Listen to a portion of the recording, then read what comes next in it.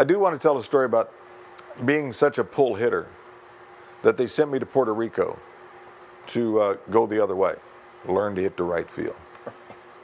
So I go down there, I'm like hitting 337. Phew, man.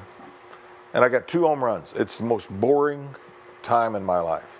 21 years old maybe.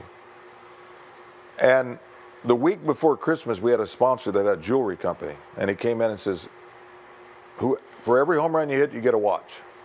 I said, to hell with right field. I had 5 home runs in the next 6 games. I went home for the Christmas break. I gave my mom, my sister-in-law, and myself a watch. And I went back down and went back to right field, and I hit over 300. Hitting a 300 wasn't, that was okay. I mean, you could do that easy. That was for somebody else to do. That is. Pete used to say, you could hit 300. I said, you hit 300, I'll drive you in 100.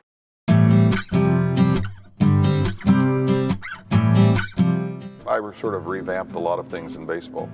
In the Carolina League, I had a temper, and I wasn't supposed to make an out. And I'd make an out, and I'd come back, and there was a concrete dugout, and I'd take that helmet and throw it down like that, and I broke 3 of them.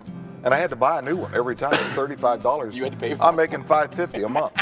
And I had to buy 3 of them. I had to do it. And I said, one day, and this mask wouldn't stay on. I'd throw, and the bar would come across and cut my nose. One day I saw Sherm Lawler had got hit, so he had to wear this helmet on the field. And I said, you know what? If I don't throw my helmet, if I put it on my head backwards, now the mask will fit over.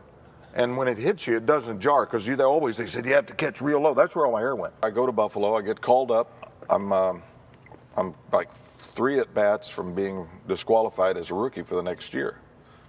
And they asked Dave Bristol. He said, I'm not in awards. He's catching. So I caught. And, there was Glenn Beckert. I'd already picked off one guy at first, and I was going to pick off Santo or Kessinger. And I swung out like this on a low pitch to take the ball and throw to first, and Beckert went out and just barely nicked it and hit that thumb, and it burst open all the way across here. Nice. So I go back to the dugout, and I said, oh, and Dave said, well, you don't have to cry about it. Don't cry in baseball. So I said, this is stupid. I mean, I'm not going to be in the lineup. I've seen all these other catchers with these bad hands, and this hinge glove, I can keep my hand out of the way. Hundley was using it. I can keep my hand out of the way. And so, Garagiola, which was mentioned, said I've ruined catchers, because I had no flexibility. I've never touched my toes in my life. I've had no flexibility, and a lot of it probably was the car wreck. But I started backhanding balls instead of blocking them. Nothing got by me. The first year I used the one-handed glove, I had 15 pass balls. The second year I had none. The whole purpose of my game was to make you win a ball game. Right. That was the number one thing. I had to call the best game and get you a win. And then I had to drive in runs, I had to block, I had to throw out runners, block on play, whatever. But the number one priority of a good catcher is to call a game that you can win, for you to be successful and the team to win. So, I'm going to do whatever I can. I've got guys out there in the bullpen, I can do it. But, if I think the second time around they're starting to get on you or you're losing a little bit, I'm sorry. There's guys that can remember everything. Ray Knight used to sit there in the dugout and say, this guy used to throw me a 1-2 slider and 98 games ago, and he knew whatever pitch sequence was. I couldn't remember that. The game was over. Well, the game was over. I was done with the game. I walked out of the clubhouse, and the next day it was let's start all over.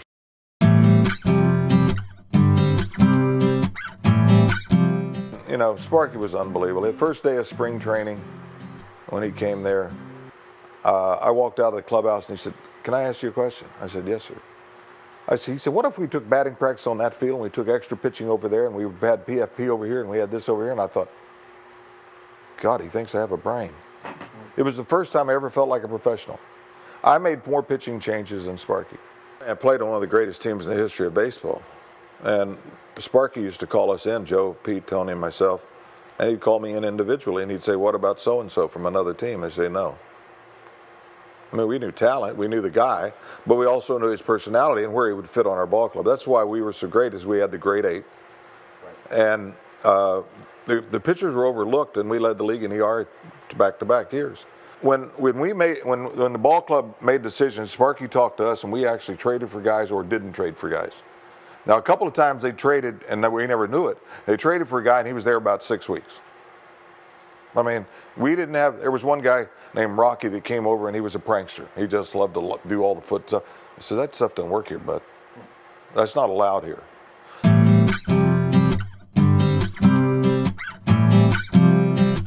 The leaders were led. Pete, Joe, Tony, and myself, we loved each other. We really liked each other, and we could control it. We were Spanish, we were Latin, we were black. And nobody questioned. We led because we were on time, we asked nothing, and if we didn't get anything, they couldn't expect anything. We didn't have special treatment. And one year, Sparky was in spring training. He said, okay, you 25 have made the ball club. Let's go north. All right, the rules this year. There's 2 sets of rules this year. Pete, Joe, Tony, Johnny, you don't have rules. You do whatever you want. And I'm sitting there, oh, right, yes. And then it just dawned on me. I said, and then the others, he said, you other guys, you got to be in by 12:30 on a day game. You have to do this and everything else. And then it dawned on me. I said, this is one of the smartest men in the world. And 2 seconds after I thought that, he said, I don't have to worry about those guys. They know what they need to do. So it was a responsibility. And first of all, we accepted the responsibility. I was told when I was 18 years old by an old ball player, and he said, you have to have moderation in drinking, moderation in women, and you've got to get your sleep. And it was true. And it was a great deal. I mean, you had to come to the ballpark because people came to see us, and we had a high level. We expected not a lot of it ourselves. And you always knew we were good when the other team came out to watch us take batting practice. I mean, it was special. We didn't have the 20-game winners. Billingham won 19 today. Billingham would probably be made about 20-some million a year. I mean, and yet that's what bothers me more than anything, to see these pitchers getting $120 million. No pitcher's worth $20 million a year. I don't care. They won't last that long. I mean, maybe a Greg Maddux, but how many Greg Maddux are there? How many, Steve Carltons, how many Seavers? Yeah, pay them.